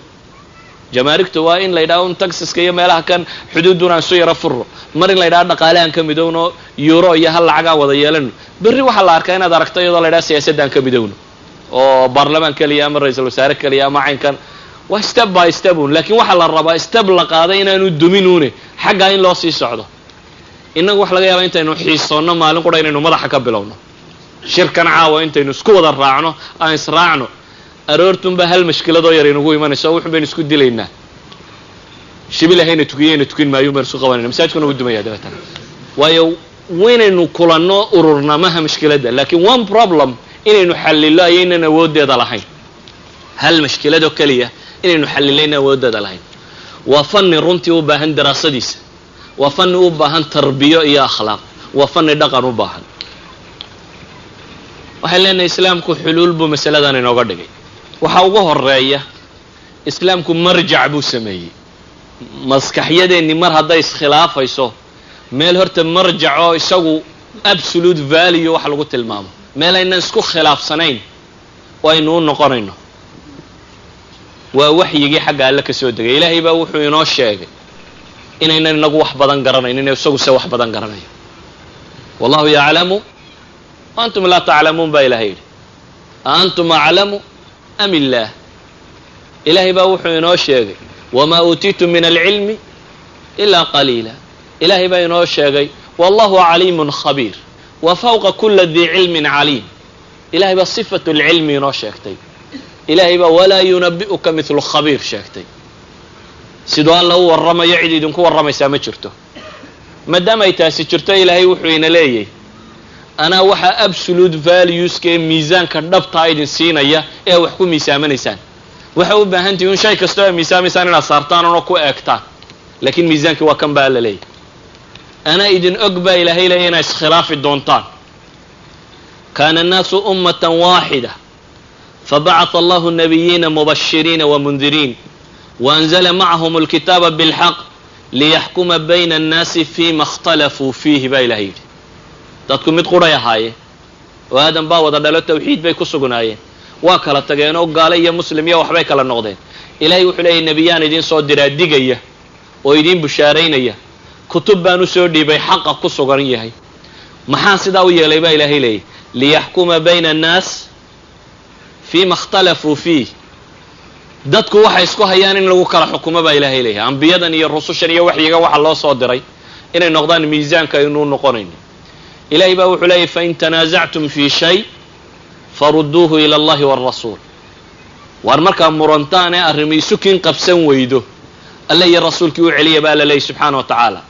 in kuntum tu'minuuna biاllahi walyawmi alaakhir, alle iyo maalinta qiyaame haddaad rumaysatiin, dalika khayrun waaxsanu ta'wiila. idan kitaabka iyo sunnuhu ama waxyigu wuxuu u yimi inay inaga mideeyaan arrimaha maamku ina midayn kari waaye. arrimaha jira maamku ina midaynayo, kuwaa lama odhanin kitaab baa laydinka soo dejiyey. scienceska laynama odhan kitaab baa laydinka soo dejiyey, waayo waxaa la ogaya inaynu ka midoobi karno. haddaad masale la timaado tidhaa waa physics oo waa caynkan, laboratorygaanu la tegaynaa hadday socon weydo war waa khuraafaa lagu leeyahy. idan lama odhanin kitaab scienceska idinka warramaa laydin soo dejiyo, waayo ilaahay wuxuu ogaya kan inaynu xal ka gaadhi karno, inay xaqiiqadu caddaan karto. kitaab tiba laynooma soo dejin, waayo waxaa la ogyahay haddaynu tajaaribteenna isticmaalno inay xaqiiqadu caddaan karto. walaakin masaa'ilka aynan marnaba gun ka gaadhi karin ee dhaqaale leh, siyaasad leh, bulsho leh, dhaqan leh, caqiide leh, falsafo leh, aan marnaba basharku isku waafaqin. falaasafadii dunida oo dhammi intaasoo kunoo sannadood bay soo jeegeenoo hal iskuma waafaqsana. bal madrasa waaxida ka kaalay madaarista kale, madrasa waaxida min madaaris alfalsafa haddaad qaadato mid iskuma waafaqsana. idan waxa quree bini aadamku ilaahay uu leeyahay anaa isku kiin waafajinaya waa wixii maanka bini aadam uu awoodi kari waayey inuu isku waafaqo ayaa ilaahay yidhi anaa idin kala saaraya. halkay gaala yidhahdeen fartaynu ku kala baxayna, gaale waxaa la yidhi xaq iyo baatil ma egno laakiin farta. sidaa daraaddeed baa iyaga shay shalay xaaraan ahaabaa maantana maxay xalaal ahaa. maalan maraykanka khamrigu imse sannadood buu xaaraan ahaa? 20 sanoo dhadhow. 15 sannadood baa maraykan congress iyo senateka iyo congresska iyo madaxweynaha baytulab saddexduba isku raaceen, bal iftaa caama baa la qaado dadkuna uu ku raacay. markaasaa weliba lasii fogeeyo la yidhi distoorka ha lagu daro khamrigu inuu waddanka mamnuuc ka yahay. 1933giiba haddana dib loo ogolaaday. maxaa isbedelay? ma cilmi cusub baa khamriga laga soo ogaaday inuu khayr ku jiro ama inuu caafimaad wax ka taraaba? waxba lagama soo ogaan. shay quraa dhacay unoo nimankii siyaasiyiinta unbaa arkay dadkii inuu kacay iyo kuwii khamriga cabaya tahriibkiiyo waxa kanoo in dee uu cod waayayo therefore waa inuu xaggu cod ka helayo. masalada hadduu cod ka helayo waa inuu yidhaahdaa idoorta anaa sanadka dambe khamriga fasaxaye. therefore qaar unbaa soo baxay baarlamaankiiyo kuwana way fasaxeen. laakiin islaamku xaq iyo baatil buu kala yaqaanaa, cadaalad buu yaqaanaa. kaasi waa haabit, markaasi wuu sugan yahay. aragtida bini aadamka ee dimuqraasiga iyo waxaan ku suganay shalay wixii mamnuucaaba maanta xalaala caynkana waa isbedel. waayo xaq iyo baatil kuma sugna, cilmi kuma salaysna, waxay ku salaysantahay farta la taago. ninkii 51 hele tiisuunbaa soconaysa, waxay doontaa noqon. ilaahay baa wuxuu ina leeyahy subxaana wa tacaala diinta maxaa loo soo dejiyey? yuriidu allahu an yukhafifa cankum wa khuliqa alinsaanu daciifa baa ilaahay yidhi. axkaam badan inta alla ka soo warramaa ilaahay wuxuu leeyahy ilaahay baa wuxuu idinla doonaya inuu nolosha idin fudaydiyo. waayo bini aadamka ilaahay abuuray isagoo tamar daran, maadaama tamar darra ay jirto waan idin fudaydinaya baa ilaahay leeyahy. waxaan leenahay marka ugu horrayn waxaan u baahanay marjiciyadu inay caddahay. dadka muslimiintii markaasi waxay ku kala baxaan 2 shay. mid waa kitaabka iyo sunnaha, midina waa wixii shuruuda iyagu dhigteen. almuslimuuna calaa shuruutihim. haddaynu nidaam masaajidkan u dejinno oo nidaamkaasi uu kitaabka iyo sunnaha aanu khilaafsanayn ee waafaqsan yahay, dadka muslimiinta waxaa saaran inay nidaamkaasi u hoggaansanaadaan oo uu noqdo waxaynu ku kala baxayno, oo uu noqdo problem solutionkeenu iyo problem solvingkeenu inuu ku salaysayen wixii inoo dejisnaa. kaasi waa shay la garanayo. laakiin in kaa la aqbala iyaduna dhaqan bay u baahan tahay. waxay u baahan tahay waxyaabo badan oo dhaqan ah. waxay u baahan tahay in la helo atarbiya aljamaaciya, in dadka la baro wada noolaanshiyaha waxa la yidhaahdo iyo inaan la kala maarmaynin iyo inaad dadka kale wax la wadaagto. reer magaalnimada la sheegaa macnaheedu waxa weeyaan inuu qofka la baro wada noolaanshiyo. ninka reer baadiye markay isqabtaan muxuu sameeyaa? gabadhuu yidhaha naawrka iisoo qabo, dee uu ka guuraa ilan dhul bannaan oo kaleu helayahay. innaga teenu waa tii un waa awrka soo qabadii. mar allaaliya markaynu isqabanno waa awrka iisoo qabo, waa inaad guurtaa. laakiin reer magaalku daarta ka dhinac fuqi mayse maxaad samayn? awr lasoo qabtaa ma jirto. yacni waa laabud inaad hesho qaab aad qofkan ula dhaqmi karto, mushkiladiina aad u xallilan karto. waa inaad ku kortaa tarbiya jamaaciya. tarbiya jamaaciya waa maxay?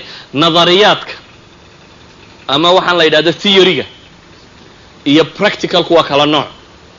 maalan in lagu yidhaahdo dadka in la cafiyaa fiican caynkan, aragti ahaan waa wax wada qurux badan leh, laakiin marka ay ku qabsato sida aad yeelaysaa waa wax u baahan inaad soo tajribaysay. waa wax u baahan inaad muddo isku dayaysay waxa kan oo aad isticmaalaysay. aragti kastoo maskaxdaada ku qurux badan macnaheedu maaha dhaqankaagana inay markiiba ka imanayso, ee waxaad u baahantahay in tarbiya jamaaciya lagugu kulmiyo. walidaalika baa dhaqamada wesku maalan waddankan ka imi gaala wuxuna way leedahay wax runtii aad ka faa'iidaysan kartana way leedahay. waxay rumaysan wax la yidhaahdo maalan philosophy of educationkooda wuxuu ku salaysan wax la yidhahdo some arbiden demoniska, dad wax wada lahaan kara ama wax wada qabsan kara.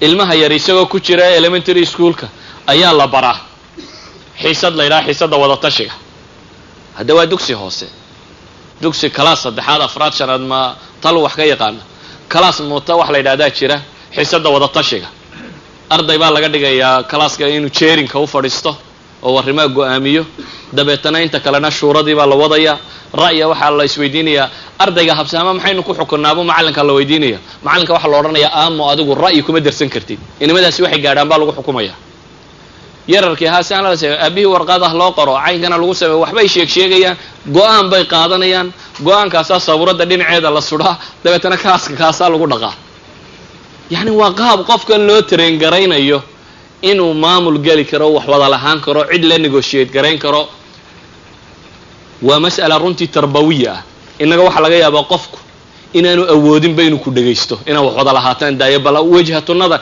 sidaad wax u arkaysa inaad u sharaxdo inaanu awoodin iyadoo nebi moxamed calayhi salaatu wasalaam maalan xadiidka min xadiisi siira ka mid oo albaanina taxsiininayo nebiga calayhi salaatu wasalaam waxa uu yimi cutba ibnu rabiica oo qurayshi u soo dirtay oo la yidhi nebiga waxaad kala soo hadashaa calayhi salaatu wasalaam arrimahan mashaakil buu inugu hayaaye la soo hadal wuu u yimi nebiga wuxuu ku yidhi waxaan rabaa arrimo inaan kaala hadlo niyow dadkii kala kaxayso waa kanoo mushkilad baad nagu haysaaye haddaad madaxtinimo waxaan ku doonaysa buu yidhi madax baanu kaa dhiganaynaa haddaad xoolo doonayso xoolaanu ku siinaynaa haddaad boqortooyo doonayso boqor baanu kaa dhigaynaa haddii buu yidhi waxaan ku hayaa jinuu ku dardaro ay xanuun tahayna adduun baanu kugu bixinaynaa si lagu daweeyo oo tabiib baanu kuu raadinaynaa waxaasuu ku hadlayay nebi maxamedna wuu dhegaysanayay afka kagama boodin oo mu odhan war waxani muxuu ku hadlaya wuxuu ku yidhi afaraqta minha ya abalwaliid ma dhammaysatay hadalkaagiiba weliba ku yidhi hadalkaagii ma dhammaysatay wuu ka sugay markaasuu yidhi ha markaasuu nebigu calayhi salaatu wasalaam qur-aanku dul akhriyay yacni inagu waxaa inaga lumay inaynu tala wada yeelanayo wax daaya xataa inaynu isdhegaysano haddaad shir soomaaliyeed timaado buuqu intuu markiiba bilaabmaabaa la kala kacaya intaan waxbaba lays odhan waxaad awoodi kari weyday xataa wax macnale ayuu sheegi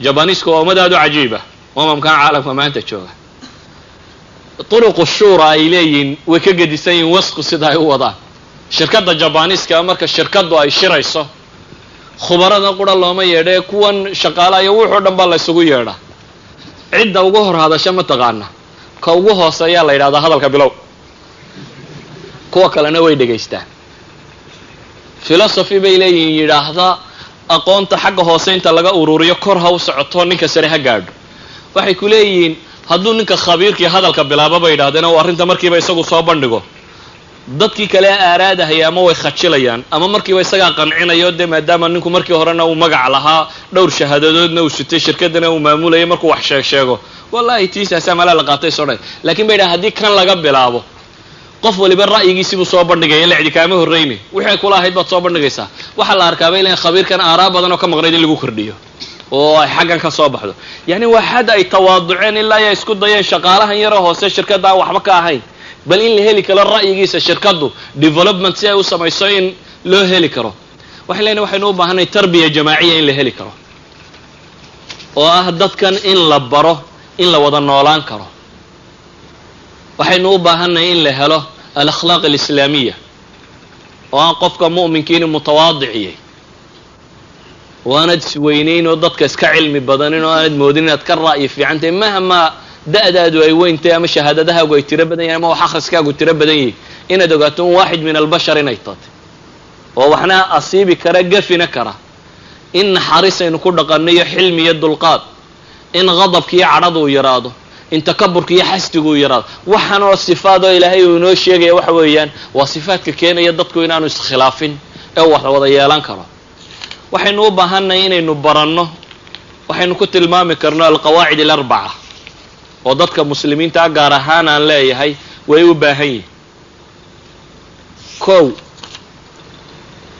waxaynu u baahannahay inaynu baranno inaynu isdhammaystirno oo khayrka intaynu kala qaadano atakaamul watacaawun aw albinaa'i macan duminta qof waliba wuu yaqaana ilahay wuxuu leeyay watacaawanu cala albiri wataqwa idan wixii bir iyo taqwa inaynu isku gargaarsanno waxaynu u baahannahay inaynu ogaano qofna inaan ilaahay u ballan qaadin cismo ee qofku inuu gafi karo walidalik buu nabigu calayhi salaatu wasalaam kuwa gafay ku tilmaamayay haddana ficladoodun inuu beri ka noqdo ee aanu iyaga beri ka noqon. Khaalid ibnu waliid buu nabigu diray calayhi salaatu wasalaam reer bani jadiima, markuu u tegayna niman buu laayay intay yidhahdeen saba'na way gafeen inay yidhahdaan aslamnaa bay garan waayeen. saba'na iyo aslamna waa isku macno dhow yihiin. saba'na carabtii hore waxay isticmaali jirtay qofku markuu diin ka baxo diin kala galo. saba'na bay yidhaahdeen halkii laga rajaynaya inay yidhaahdaan maxay aslamna. calaa kulli xaal wuu laayay. nebigaa loo sheegay calayhi salaatu wasalaam. xadiidka bukhaari wuxuu tilmaamayaa inuu ku ducaynayay nebigu allahuma inii abra'u ilayka mima sanaca khaalidu. ilaahu beri waxaan kaaga ahay buu nebigu yidhi wixii uu khaalid sameeyey. khaalid baan beri ka ahay nebigu ma odhan. waa in khaalid wuu gafay qadiyadda tanna wuu ku qaldamay. waxaa la mid ah usaamata bnu sayd ijtihaadkiisii qaldanaay ahaa ninkii laa ilaha illa allah yidhi u dilay. maxaad ka yeeli doontaa buu nebigu ku lahaa maalinta qiyaame laa ilaha illa allah saad ka yeeli. waxyaabaha badan ee cudurdaarkaa u keenay. idan qofku wuu gafi karaa isagoo khayr doonayay ee inaynan qofkao dhan tuurin masaladuu gafo ama caynka baynu u baahanay. waxaynu u baahanay inaynu dareenno dadka muslimiinta inay walaalayiin oo ukhuwada islaamiga inay dhab noqoto oo ugu yaraan salaamatu sadri inaynu qabno haddaynan gaadhaynin xaddul ithaar. laabteennu inay nadiif noqoto oo had walaalkaa laabtaadu u xaadhan tahay. waxaynu u baahanay baan leeyahay markaan soo koobo dhaqan islaamiya oo fiican. ikhwatii fi lcaqiida, mawduuca kani waxaan leeyahay maaha mawduuc muxaadaro maalin la ysugu yimaado lagu dhammayn karo, lakiin waxaan leenahay waa mawduuc tarbiya u baahan oo daraaso u baahan oo cilmi u baahan. waa mawduuc u baahan yani waxaan walaalada qabtay iyo aniguba aan rajaynay inaan uga dan lahayn inaan maskaxdiina ku abuuro inaa as'iladan dib isu weydiisaan oo idinku homework ku qaadataan oo isku daydaan inaa xal raadin kartaan, isku daydaan inaa problem solutionka barataan sida mushkiladdu markay timaado loo xalilo. waayo taa un baynu furqada kaga baxayna. midna waan idiin sheegayaa ee muslimiintu laba intay mid uun raaci la'yiin suurtagal ma aha inay sidan ayiin ka baxaan. imaa inay gaalnimada iska caddaystaan hadday dee rabaan inay gaaloobaan oo taa westranki ah sida loo kala fartaaga badnan yahay uun in lagu dhaqmayo. imaa in islaamnimo la caddaysto oo ah marjiciyada islaamkee saxa ah in loo noqonayo oo iyana ay fududay si loogu kala baxaa. laakiin tadabdubkan ah maalina dimuqraasiyaanu nahay maalina diinta ha lagu dhaqmo reerku maxkamad ha samaysto qolada tani islaamka maalmaa lagu xukumo maalinta tuugtaydan waasho maxaakimta la doorto maalinta kale la tadabdubka nooca kana waxba kuma islaaxayaan. inaynu baranno inaynu wax wada lahaan karno oo wada maamulan karnana mooyaane waxba ma suurtagala. yacni dowladnimo iyo wax ka weyn daaya masaajid yar ama xarako yar ama wax yar baynan wada wadi karin inta aynan baranin problem solutionka. inta uu masaladeenu ku salaysantahay marka aynu wax walba isku aragti ka nahayna waynu wada socon karnaa. marka aynu waxyaabaha qaarkood isku khilaafnana bes maalintaa waynu dumaynaa. mar hadday tahay dhismo kasta oo la dhiso anigu shakaan ka qabaa inuu sii socon karo haddaan loo helin turuqa loo xalilo khilaafka. wax kastoo aa wada yeelanaysaana waxaan idinkula talin lahaa inuu cad yahay maalintaa isqabataan saa u kala bixi lahaydeen. wax kastoo aa wada yeelanaysaan inuu cad yahay maalintaa isqabataan. war westranku xad bay gaadheen shirikaadka maalan waa weyn waaynu naqanaa waa multi nation bayna yidhaahdaan waa mutacadid uljinsiyaat intaasoo jinsiyaa kale le shareholder baa kale le waxan. laakiin waxaa jira qaanuun yaroo fudud ay yidhaahdaan almu'asisiin dad baa iskale bahashan magaceeda asalka ah intaa un baana kala diri kartaa. balaayiin adigoo kule baanaad haddana ra'yi buuxa ku lahayn ama kuwa kala diri kara aanad ahayn. waayo waxay ugu talagaleen inay xadeeyaan khilaafkeeda inay ilaalin karaan. waxaan uga jeedaa waxaasoo dhan inaynu wax baranno, inaynu bilowno saynu mushkiladeenna u xalili lahayn, inaynu taa ka bilowno nafteenna inaynu tarbiyayno oo ah inaynu baranno hoggaansiga ugu horeyn alle inaynu u hoggaansanaano. islaamku iyo muslimku aslamtu lilahi markaad leedahay ilahay baan isu dhiibay weeyaan. isu dhiibku inuu dhab inaga noqdo. ilahiy rasuul waxay go-aamiyaan inay noqdaan wixii kama dambaysta ahaa. masalada intaanu daliilku ku caddayn hadal iyo war iyo waxbaad keeni kartaa, laakiin marka daliil caddaado iyo ilaahay halkuu inala rabo inuu muranku hadho waxay dadkii muslimiintii hore ku guulaysteenna waa taa. waxaan kusoo koobayaa ilaahay xaqa hayna waafajiyo.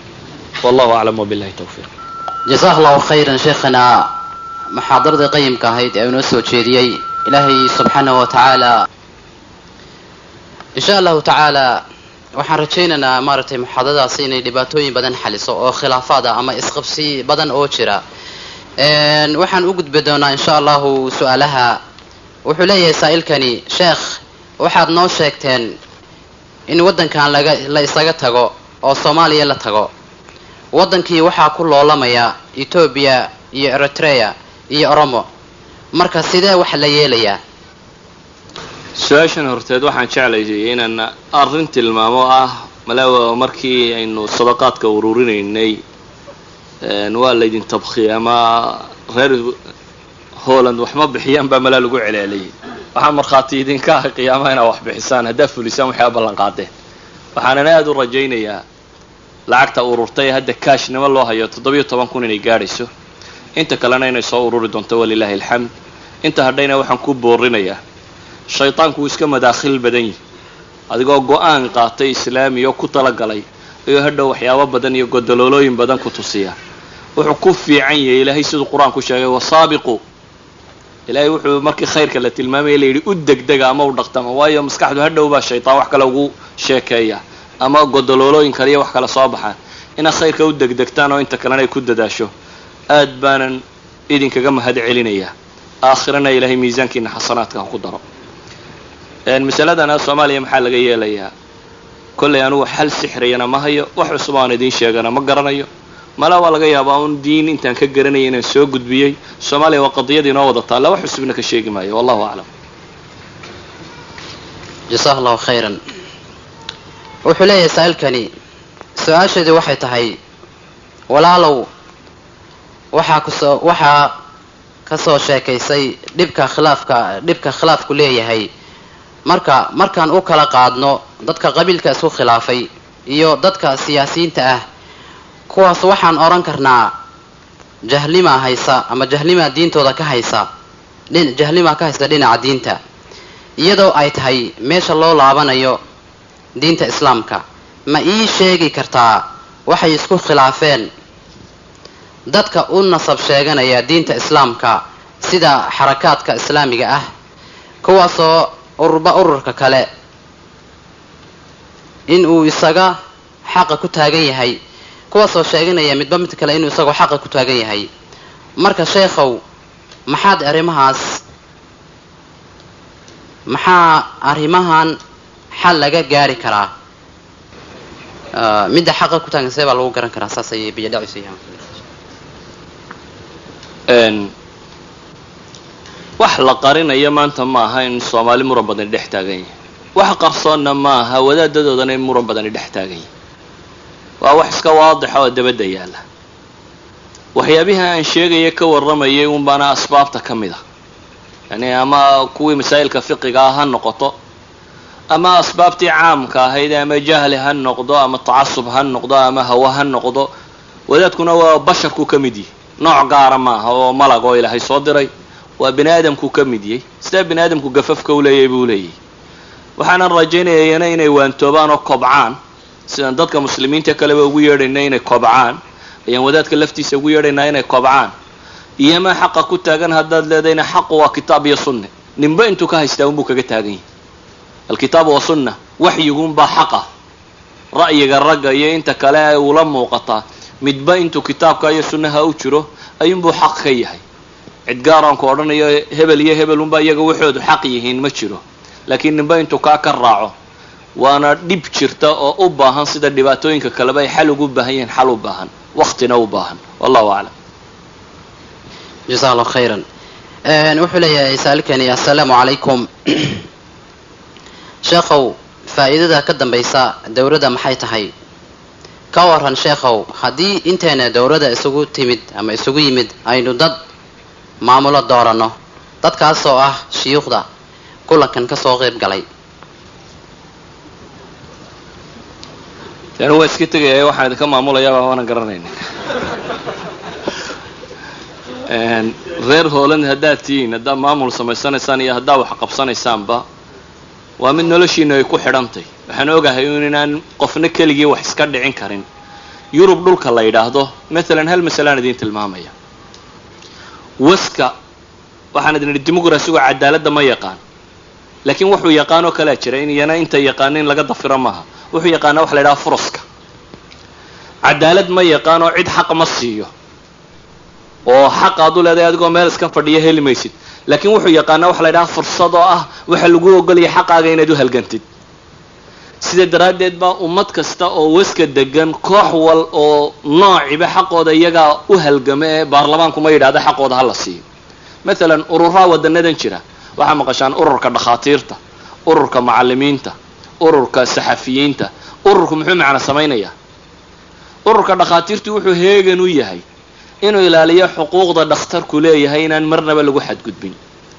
dawladda ama axsaabta ama dadka maamulka haya markay kasoo timaado shaqadoodii ama nimankaasi dantoodii wax ku gafaya ayuu wuxuu u taagan yahay inuu ololihii qaado isna inuu dad ka dhaadhiciyo inuu baarlamaan ka dhaadhiciyo inuu shaqo joojin sameeyo siduu xaqooda u dhacsan lahaa idan galbeedka dadka degan waxa lagu siiyey fursadaad xaqaaga ku dhacsato laakiin laguma siinin xaq meel kuu yaallo adigu aad iska leedahay hadday isleediin waa fadhfadhinaysaanoo baarlamaan baa jiriya maxkamadiya cadaalada xaq baa laydin siinaya waxba soo heli maysaan waa laydin gumaysanayaa waxa qudhe xaqiina dhacsan kartaan oo aan jaradada idin caayi karin oo aan tv wax idinka sheegi karin oo aan social idin dafiri karin oo aad dad noqon kartaan oo wixiina dhacsan kartaan markaa yeelataan isu tag iyo ururo iyo dad danihiina u heegan oo ka shaqeeya walidalik waxba ha raajicinin dawladda tan wadaado safar oo badhna Canada ka yimaadeen qaarna carabta ka yimaadeen qaarna Yurub ka yimaadeen in maamul lagu sameeyay waxaad raajicisaa dadkiina Holland deganiina samaysan kartaan cid xuquuqdiina u dooda oo kiina ilmaha laga qaado ilmaha u dhicisa oo qofkiina dhinta xabaali karta oo xuquuqdiina lagu xadgudbo dhicin karta oo cala al-aqal wadankan waxa uga baahantiin wax idin ka tari karta Soomaaliya balilaabe kan waxa uga baahantiin cid wax idin ka tari karta wallahu a'lam jazakallahu khayran wuxuu leeyahay sheekh saailkani waxa bariyahan badatay in haddii qof qaldamo ama loo maleeyo inuu qaldamay in markiiba culimadu qaar ka mid ah ay u degdegaan inay ku xukumaan ay waa bidci ama waa kufri iyadoo laga yaabo in uusan qofkiiba la xiriirin haddaba arrintan see u xallin karnaa waa asile iska caamo waxay igu celcelinaysaan oo idinba wada garanaysaan alaslu diintu ay caddahay qofka gafanaya in la yidhaahdo waad gaftay diintay ka mid tahay in la yidhahdo masaladaa waad ku qaldantay diintay ka mid tahay shardi maaha qofku hadduu mas'alo bidca ku dhaco inuu isagu mubtadic yahay ama hadduu mas'alo xataa kufriya ku dhaco inuu isagu kaafir yahay waxaa laga yaabaa inay acdaar kaloo sharciya jirto waxyaabo loogu cudurdaari karo laakiin asalku waxa weeyaanuun wax la ilaaliyo waxa ugu roon ilaahay qowlkiisa iyo sunnadii nabiga calayhi salaatu wasalaam qofka muslimkii naf iyo nafiisba wuxuu u bixiyaa waa inaanay qaldamin waxyigii saxa ahaa ee xagga alle ka yimi wadaad iyo cid kaleba ciddii ku qaldantay in la yidhaahdo waad qaldantay meesha way ku jirtaa laakiin waad qaldantay deenu inay isdil keento ama muran kala keento ama wax kale inaynu wax iska dhaadhicno wax isu sharaxno taas baa muhima oo u baahan yahay waxaa jira su-aal laysii dhiibay intaanan muxaadaradaba bilaabin oo uunan ka fogeyn iyana maxaa dadka muslimiinta ama gaar ahaan wadaadadu intay magaalo degaan dadkan kale Yurub ka midina ha ugu yimaadaan ama meel xukuumad islaamiya looga dhisi waayay wallahi walaalka waxaan oran lahaa Soomaaliya meel banaan ma ku garanaysaa la dego ama dunida meel walba reer baale ama dawlad baale ama cid baale meel iska banaan horta la degaa dunida tan ma jirto ee dadkii lahaa hadday iyagu go'aansadaan in meeshooda khayr lagu wado ama aad ka dhaadhiciso siduu nebiguba ansaar uga dhaadhiciyay inay magaaladoodu meel khayr noqoto ansaar madiina rag baa lahaa ansaar baa lahaa oo si khasraj waxay la socda baa lahaa dabeetana nabigu calayhi salaatu wasalaam saxaabadii u tagtayba waxay ka dhaadhiciyeen inay islaam qaataan oo ay diin raacaan markaasuu nabigu u hijrooday oo u tagay haddii ay jirto meel laga dhaadhicin karayo ama adigu aad ka ama wadaada ka dhaadhicin karay ama meeshay doonto dunida ha ka noqotee in la raadiyaa waa muhim laakiin kolley anigu meel bannaan ma ogi dunida oo inta cid iska tagta ay buuxinayso wallahu aclam. wuxuu leeyahay sa'alkan sheekh ilaahay subxaanahu watacaala ha ka abaalmariyo muxaadaradii qayimkahayd ee aad noo soo jeedisay. wuxuu ka leeyahay sidaas oo kale miyaadan nala arkayn ama aanay u muuqan shabaabku inay kutubta cilmiga ay daraaseeyaan ama ay bartaan? adiguse haddii aad daraasaysay kutubta fikriga ama aad maaragtay wax ka qortay, maxay samaynayaan shabaabka saxwadu? akhwati fillah, diintu afkaar maaha. diintu waa diin xagga alle ka timi. diinta xagga alle ka timina waxay ku koobantahay kitaab qur'aan ah iyo sunnadii nabiga calayhi salaatu wasalaam. islaamku waxa uu ugu horeeye uu madaahibta iyo diimaha kale dunida yaalla uu dheer yahay koowaad waxa weeyaan cid kasta oo rabta inay ka run sheegtaa meel ay u noqotaa bay helaysa, iyadoo madaahibta kale iyo adyaanta kale asalkoodii saxa aan lahaynin. idan haddaad rabto inaad diin barato oo ay daacadkaa tahay, ilaahay qowlkiisa iyo kii nabiga calayhi salaatu wasalaam baro, kaas baa diine. afkaartan iyo waxaad sheegaysaa waa ra'yi bini aadam.